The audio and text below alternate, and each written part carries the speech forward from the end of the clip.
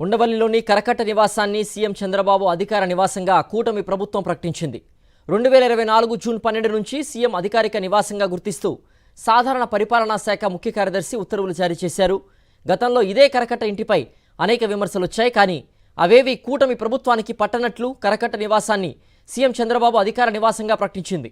ఇది అక్రమ నిర్మాణం అంటూ గతంలో మాజీ మంత్రి దేవినేని ఉమా ప్రకటించారు. అదే అక్రమ నివాసాన్ని ఇప్పుడు అధికారిక నివాసంగా ప్రభుత్వం ప్రకటించడంపై విమర్శలు వస్తున్నాయి. కృష్ణానది కరకట్ట లోపల ఈ నివాసాన్ని లింగమనేని రమేష్ నుంచి చంద్రబాబు తీసుకున్నారు. కరకట్ట ఇంటిని నిబంధనలకు విరుద్ధంగా కృష్ణానది భూముల్లో నిర్మించారనే ఆరోపణలు ఉన్నాయి. లింగమనేని రమేష్ ఆ ఇంటికి టైటిల్దారుగా ఉన్నప్పటికీ చంద్రబాబు ఆ నివాసంలో గత కొన్నేళ్లుగా నివసిస్తున్నారు.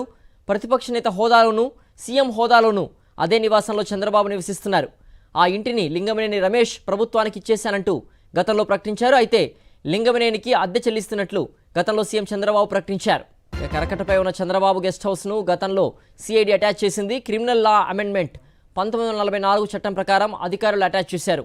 ప్రజాప్రతినిధులుగా ఉన్న చంద్రబాబు, నారాయణ కుట్ర, విశ్వాసఘాతకం, మోసం, ప్రభుత్వంలో ఉంటూ నేరపూరిత ప్రవర్తనకు పాల్పడ్డారని అభియోగాలున్నాయి. అక్రమ పద్ధతుల్లో గెస్ట్ హౌస్ పొందారన్న ఆరోపణలు ఉన్నాయి. క్రిడ్ ప్రోకోలో భాగంగా ఉచితంగా లింగమనేని నుంచి గెస్ట్ హౌస్ పొందారని అభియోగాలు రాకపోలేదు. రాజధాని Amaravati master plan, inner ring road అలైన్మెంట్లోనూ కంతేరు, ఖాజా, నంబూరుల్లో జోనల్ డెవలప్మెంట్ ప్రణాళికల్లో అవకతవకలకు పాల్పడ్డారని అభియోగాలు ఉన్నాయి. తమ పదవుల్ని ఉపయోగించుకొని బంధువులకు, సన్నిహితులకు ప్రయోజనాలు కల్పించేలా వ్యవహరించారన్న అభియోగాలు ఉన్నాయి. ఇంతటి ఆరోపణలు, అభియోగాలు, విమర్శలున్న కరకట్టపై ఉన్న ఇంటిని రాష్ట్ర ముఖ్యమంత్రి అధికారిక నివాసంగా ప్రకటించడంపై ప్రజలు ముక్కున వేలేసుకుంటున్నారు. భర్త సమాచారం ప్రతినిధి సతీష్ అందిస్తారు. సతీష్, అక్రమ నివాసాన్ని అధికారికంగా నివాసంగా ఏపీ ప్రభుత్వం ప్రకటించినట్టుగా చూస్తూ ఉన్నాం.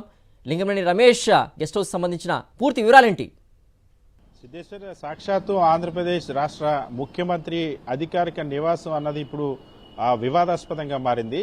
గతంలో కరకట్టలో ఉన్నటువంటి కృష్ణా నది లోపల కరకట్ట లోపట ఉన్నటువంటి లింగమనేని గెస్ట్ హౌస్ ఏదైతే ఉందో దాన్ని ఇప్పుడు ముఖ్యమంత్రి చంద్రబాబు అధికారిక నివాసంగా గుర్తిస్తూ రాష్ట్ర ప్రభుత్వం ఉత్తర్వులు జారీ చేసింది.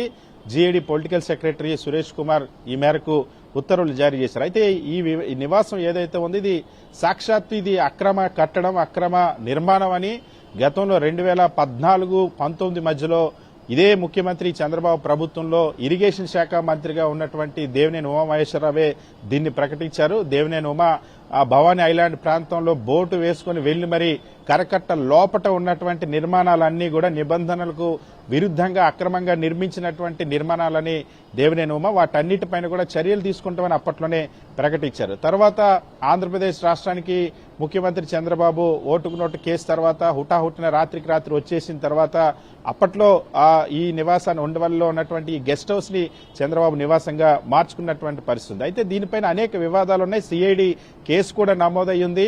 సిఐడి ప్రాపర్టీని గతంలో ఏదైతే Amaravati inner ring road alignment కుంభకోణంలో చంద్రబాబు, నారాయణ పైన అభియోగాలు ఉన్నాయో ఆ కేసులో ఈ అక్రమ కట్టడాన్ని అటాచ్ కూడా చేసింది. ఇది లింగమనేని రమేష్ కి సంబంధించి అనేక భిన్నమైనటువంటి స్టేట్మెంట్స్ కూడా ఇచ్చినట్టు. లింగమనేని రమేష్ గతంలో దీన్ని ప్రభుత్వానికి ఇచ్చేసని చెప్పారు.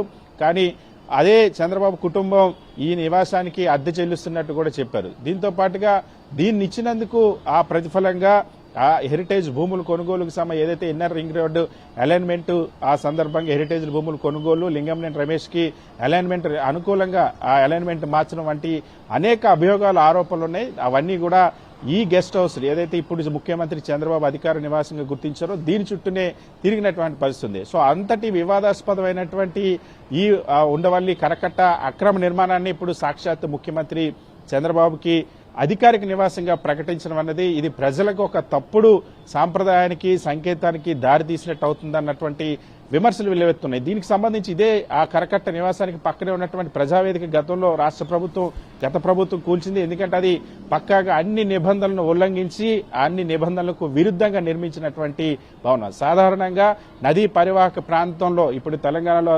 హైడ్రా చేస్తున్నటువంటి కూల్చివేతలు కూడా మనం చూసాం. సో ఇవన్నీ కూడా నదీ పరివాహక ప్రాంతంలో ఉన్నటువంటి నదికి లోపట వైపు కరకట్టకు లోపట వైపు ఉన్నటువంటి నిర్మాణం ఇది. అటువంటి అక్రమ నిర్మాణాన్ని ఈరోజు అధికారిక నివాసంగా ప్రకటించి ఇటీవలే బుడమేరు వరద సమయంలో కూడా 2 ఫ్లోర్ల వరకు ఇది మునిగి ముంపుకు గురైనటువంటి పరిస్థితి. సో చాలా స్పష్టంగా ఇది నిబంధనలకు విరుద్ధంగా నిర్మించింది Okay. ఇదే చంద్రబాబు ప్రభుత్వంలో ఉన్నటువంటి ఇరిగేషన్ మంత్రి గతంలో ప్రకటిస్తే అదే నివాసాన్ని ఇప్పుడు అధికారిక నివాసంగా మార్చడం అన్నది తీవ్ర విమర్శలకు దారితీస్తుంది సిద్ధేశ్వర్. ఓకే సతీష్.